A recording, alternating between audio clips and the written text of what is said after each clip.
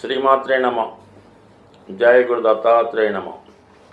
ఈ వీడియోలో మనం మార్చి 16 నుంచి 22 మధ్యలో జరగబోయే వార ఫలాలు పరిశీలించినప్పుడు కన్యా రాశి వారికి మరి ఈ వారంలో ప్రత్యేకంగా రవి సప్తమ స్థానంలోకి ప్రవేశించడం జరిగింది.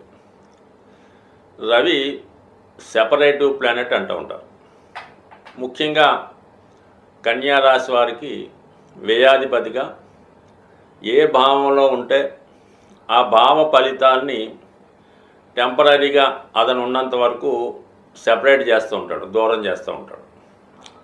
ఇప్పుడు సప్తమ భావంలోకి రావడం వల్ల మరి ముఖ్యంగా వైవాహిక జీవితంలో భార్యాభర్తల మధ్య అనారోగ్య కారణాల వల్ల అయితేనే, వృత్తిపరమైనటువంటి తేడాల వల్ల అయితేనే, అంటే భార్య ఒక చోట భర్త ఒక చోట ఉద్యోగం వల్ల అయితేనే కొంత ఎడబాటు వచ్చే అవకాశాలు ఉన్నాయి. అయితే మీరు వ్యాపారంలో పార్ట్నర్షిప్ వ్యవహారం చేస్తూ ఉంటే ఇంచుమించుగా ఇది పార్ట్నర్స్ వారి యొక్క ఈగో ప్రాబ్లమ్స్ వల్ల, ఫైనాన్స్ విషయంలో సరైనటువంటి సెటిల్మెంట్ లేకపోవడం వల్ల, అవగాహన లేకపోవడం వల్ల మరి ఇటువంటి జాయింట్గా చేసే వ్యాపారస్తులు విడిపోయే సూచనలు ఉన్నాయి. అందువల్ల కొంచెం జాగ్రత్తగా వ్యవహరించడం మంచిది. సో ఏదేమైనా ప్రభుత్వానికి చెల్లించవలసినటువంటి పన్నులు, ట్యాక్సులు వగైరా కంపల్సరీగా చెల్లించవలసి ఉంటుంది. లేని పక్షంలో ముఖ్యంగా మరి ఏదైనా ఐటీ రైట్స్ లాంటివి కూడా ఇండికేట్ చేస్తున్నాయి. కాబట్టి పెద్ద పెద్ద వ్యాపార సంస్థలు నిర్వహిస్తున్నటువంటి వారు కానీ, మీరు ఏదైనా పెద్ద వ్యాపార సంస్థలో అది ఒక ఉన్నత అధికారిగా ఉంటే కంపల్సరీగా ఈ వ్యవహారాలు, అంటే ప్రభుత్వానికి సంబంధించిన వ్యవహారాలు జాగ్రత్తగా సెటిల్ చేసుకోవడం మంచిది. అంటే దానికి సంబంధించిన రికార్డులు అన్నీ కూడా జాగ్రత్తగా పెట్టుకుంటే మంచిది. లేదంటే దానికి మీరు బాధ్యత వహించి మీరు ఇబ్బంది పడవలసి ఉంటుంది. కాబట్టి ఈ విషయంలో కొంతవరకు జాగ్రత్తగా ఉంటే మంచిది. అంటే ఎక్కువగా ఈ కన్యా లగ్నం, ఈ కన్యా రాశి వారు ఈ అకౌంట్స్ సంబంధించింది, అలాగే చార్టెడ్ అకౌంటెన్సీ, బ్యాంకింగ్ రంగాల్లో ఉంటారు. కాబట్టి వారికి ఈ సమయంలో కంపల్సరీగా కొంత జాగ్రత్తగా ఉంటే మంచిది. దాని తర్వాత దశమ స్థానంలో కుజుడు దిగ్బలుడై ఉన్నాడు. సో అందువల్ల కూడా మీరు వృత్తిలో చాలా పర్ఫెక్ట్గా ఉండవలసి ఉంటుంది. ఎటువంటి రికమెండేషన్లకి, ప్రలోభాలకి లొంగకుండా మీ విధి నిర్వహణలో ఖచ్చితంగా ఉండవలసి ఉంటుంది. ఈ సందర్భంలో ఏంటంటే వృత్తిరీత్యా మీరు కొన్ని ఇబ్బందులను కూడా ఎదుర్కోవలసి ఉంటుంది. అంటే కంపల్సరీగా మీ మీద ఒత్తిడి రావచ్చు. ఉద్యోగానికి రాజీనామా చేయమని కానీ, టెంపరీగా సెలవు పెట్టమని కానీ, లేదంటే శాశ్వతంగా ఈ పదవి నుంచి తప్పుకునే విధంగా మీకు ఒత్తిడి వచ్చే అవకాశం ఉంటుంది. ఎందుకంటే మీరు వారు చెప్పిన విధంగా మీరు చేయడానికి ఇష్టపడరు, అది వాళ్ళకి ఇబ్బందికరంగా ఉంటుంది. ఈ విషయాల్లో మీరు ఏదైనా ఉద్యోగ సంబంధించిన విషయాల్లో తీవ్రమైనటువంటి ఒత్తిడి ఎదుర్కొనే అవకాశం ఉన్నది. ఎందుకంటే అటు రవి సప్తమం, ఇటు కుజుడు దశమం, ఈ రెండు కూడా మీకు చాలా సంఘర్షణకి లోన్ చేసే అవకాశం ఉంది. కాబట్టి దీన్ని జాగ్రత్తగా మీరు డీల్ చేసుకోవాల్సి ఉంటుంది.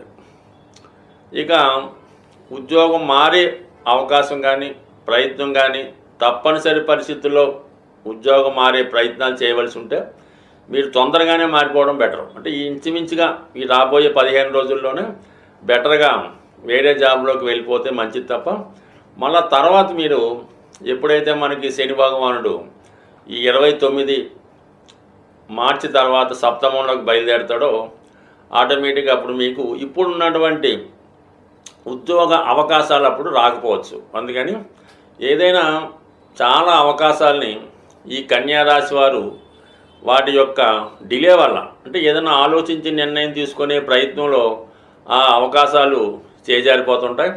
ఎప్పుడూ మీరు ఒక సేఫ్ జోన్లో ఉండాలని కోరుకునే మీ ప్రయత్నంలో చాలా గొప్ప అవకాశాలని మీరు కోల్పోవడం జరుగుతుంటుంది.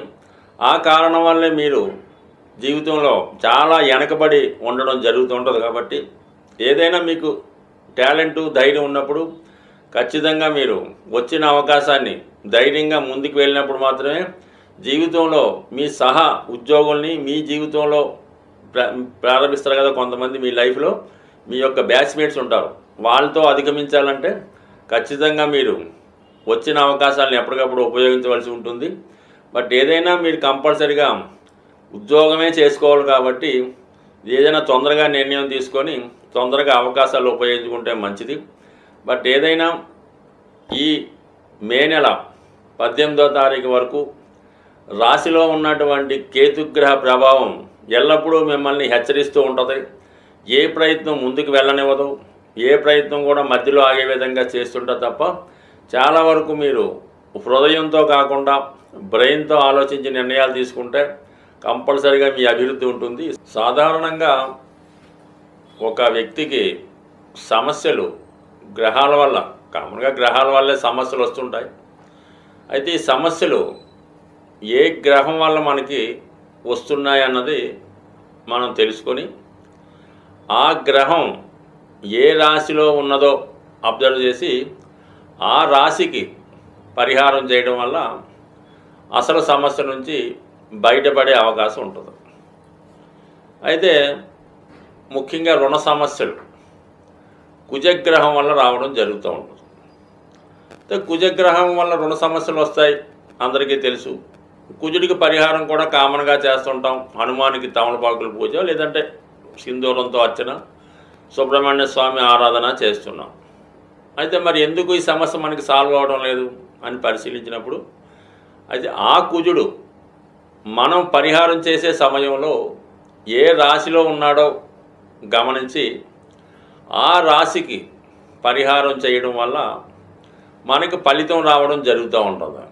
సో అందువల్ల ఏంటంటే ఇప్పుడు అందరూ మనం భయభ్రాంతులకి గురి చేస్తున్నటువంటి, అంటే అందరూ కాదు, కొంతమంది ఇలాగా కొంతమంది అలాగా, ఏమైనప్పుడు కూడా జనానికి, అంటే ముఖ్యంగా జ్యోతిష్య ప్రేక్షకులకి చాలా అసహనాన్ని, చిరాకుని, భయాన్ని కలిగించే షష్టగ్రహ కూటమి ఇది మీనరాశిలో ఏర్పడడం జరుగుతుంది.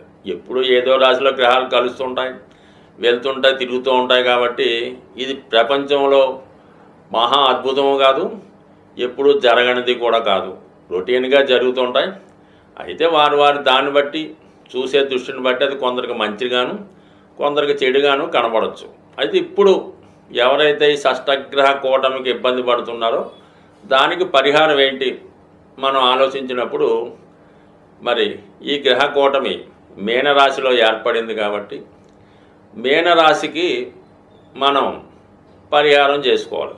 మీనరాశికి అధిపతి ఎవరు? గురుగ్రహం. మరి గురుగ్రహానికి పరిహారం చేసుకుంటే మనకి ఆటోమేటిక్గా మీనరాశి ఎలివేట్ అయ్యి ఆ రాశిలో ఏర్పడినటువంటి షష్టగ్రహ కూటమి మీకు అనుకూలంగా మారే అవకాశం ఉంది. అంటే ప్రతి గ్రహం కూడా అనుకూలంగా ఉంటుంది, ప్రతికూలంగా ఉంటుంది, మనం చేసుకునే దాన్ని బట్టి ఉంటుంది. ఇప్పుడు గురుగ్రహానికి మనం పరిహారం చేసుకోవలసి ఉంటుంది. ఈ షష్టగ్రహ కూటమి, ఇప్పుడు షష్టగ్రహ కూటమి ఏమిటి, ఆల్రెడీ 4 గ్రహాలు అక్కడ ఉన్నాయి కదా, దానికి కూడా పనిచేస్తుంది. అంటే ఈ కూటమి ఉన్నంతకాలం మీరు గురుగ్రహానికి పరిహారం చేసుకుంటే సరిపోతుంది. అంటే గురుగ్రహానికి ఏ విధంగా పరిహారం చేసుకోవాలి? చాలా సింపుల్గా దత్తాత్రేయుడు, సాయిబాబా, రాఘవేంద్ర స్వామి, దక్షిణామూర్తి, శివుడు, చివరికి శ్రీమన్నారాయణుడు, ఎవరికి ఏ విధంగా సులువు అవుతుందో ఆ విధంగా మీరు చేసుకుంటే సరిపోతుంది. ఇక ఇవన్నీ మన వల్ల కావు. చక్కగా గోశాలకు వెళ్ళడం, గురువారం గోశాలను దర్శించి ఆ గోశాలను శుభ్రం చేసి తుడిసి, అవసరమైతే గోవులకి స్నానం చేసి ఆ పరిసరాలు శుభ్రంగా ఉంచి, ఆ గోవులకి ఏదైనా దోమలు గేములు ఏమీ లేకుండా శుభ్రంగా ఫ్యాన్లు అలంకరించి ఫ్యాన్లు అమర్చి కొంచెంసేపు వాటికి సేవ చేసి రావడం వల్ల మీరు ఒక 100 సార్లు షిరిడీ వెళ్తే ఎంత పుణ్యం వస్తుందో ఈ విధంగా ఒకరోజు ఆ గోశాలని శుభ్రం చేయడం వల్ల మీకు అటువంటి వరం, సేవ, పుణ్యం లభించే అవకాశం ఉంది. చాలా వరకు హైదరాబాద్ వాస్తవ్యులకి చింతపల్లిలో వేంచేసి ఉన్న మరి సాయిబాబా గారు ఆలయ దర్శనం, అంటే పర్టికులర్గా అదే, ఎందుకంటే అక్కడ ముందుగా గోశాల ఉంటుంది, దాని వెనకాలే మరి బాబావారు వేయించేసి ఉన్నారు.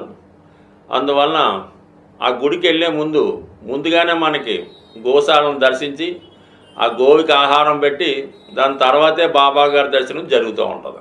అందువలన అవకాశం ఉన్నవాళ్ళు మరి ఈ షష్టగ్రహ కూటమి ఉన్నా లేకపోయినా మనకు అనవసరం. ఒక్కసారి మీరు ఎక్కడ ఉన్నా కూడా గోవుని సేవ చేసుకోండి.